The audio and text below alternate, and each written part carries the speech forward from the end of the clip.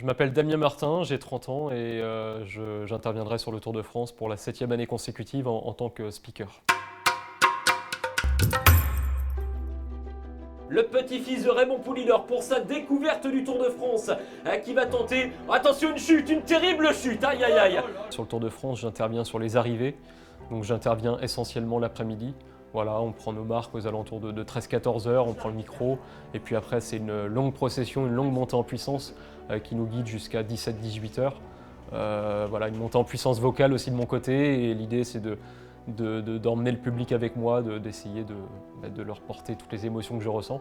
Voilà, pour le clou du spectacle qui est entre 17 et 18 heures et qui intervient à l'occasion de l'arrivée. C'est un peu une vocation, c'est pas un métier qui s'apprend de manière classique, il n'y a pas d'école, il n'y a pas de formation pour faire ça. Moi, en ce qui me concerne, j'ai débuté sur le terrain, sur le tas, à l'âge de 16 ans et demi. J'ai commenté ma première course, j'ai pris le micro pour la première fois. Et de fil en aiguille, voilà, ça s'est fait. J'ai pu accéder au niveau national et international, mais avec beaucoup de travail et en commençant à l'échelle locale. La route du Tour, oui, puis on salue effectivement le club de Landerneau, le C Landerneau qui est la formation locale qui accueille donc l'arrivée, le C Landerneau qui a... Je ne pourrais pas envisager une vie sans sport aujourd'hui. D'une part, un peu de pratique pour mon bien-être, et puis voilà, le sport, ça véhicule beaucoup d'émotions, et moi, je m'en sers, ça me guide tous les jours, en fait, ça me permet de... C'est une vraie raison de vivre, en fait. 7 coureurs bretons au départ du Tour de France et puis à la formation pour un pour sa première participation. On dit du Tour de France que c'est la plus grande compétition sportive annuelle, hein, puisque les Jeux Olympiques et la Coupe du Monde ont lieu une fois tous les 4 ans. Bah, voilà, c'était le rêve de tout gamin qui est baigné dans le cyclisme. J'ai la chance d'y travailler maintenant. Le Tour de France, c'est la plus grande épreuve cycliste du monde, qui est diffusée dans pratiquement 200 pays sur la planète. Donc bah, c'est le Graal, hein, c'est le must quand on parle vélo. Le Tour de France, on ne fait pas mieux. Pour gagner le Tour de France, il faut passer sur tous les terrains, en montagne, en plaine, sur les pavés, bref, c'est la souffrance incarnée. Une échappée assise, François, c'est assez rare finalement. Sur une première étape du Tour, ça fait peut-être une décennie qu'on avait... La passion, les connaissances, puisque face à nous, en fait, on a beaucoup d'amateurs de cyclisme, mais aussi on a un public qui est très large, hein, qui peut être composé de touristes finalement au mois de juillet, de passionnés de près ou de loin au cyclisme. Donc il faut essayer de s'adresser au public le plus large possible.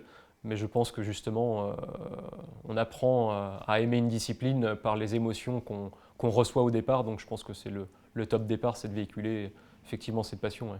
Ce qui est passionnant aussi, c'est qu'il n'y a pas de routine dans un Tour de France. Les jours se suivent mais ne se ressemblent pas. On ne peut pas s'ennuyer sur 3 semaines de Tour de France.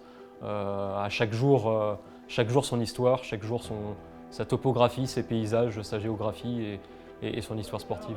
Il est donc 2 minutes et 33 secondes. Pour rappel l'échappée, la composition du groupe de tête, ils sont 6.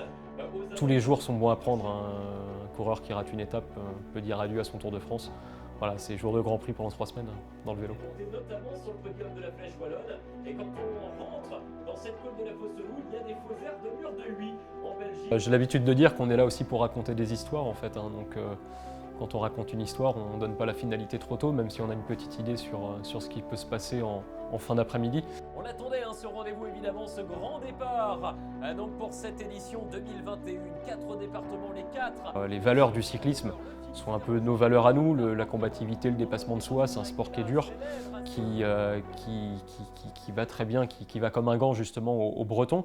Et puis il y a l'aspect sportif avec les champions. On a eu beaucoup de champions en Bretagne très tôt, hein, au début de l'histoire du Tour de France, comme Lucien Petit-Breton, comme Louison Bobet qui ont gagné le Tour de France, Bernard Hinault plus tard, qui est le plus grand champion français à ce jour. Donc tout cela viennent de Bretagne.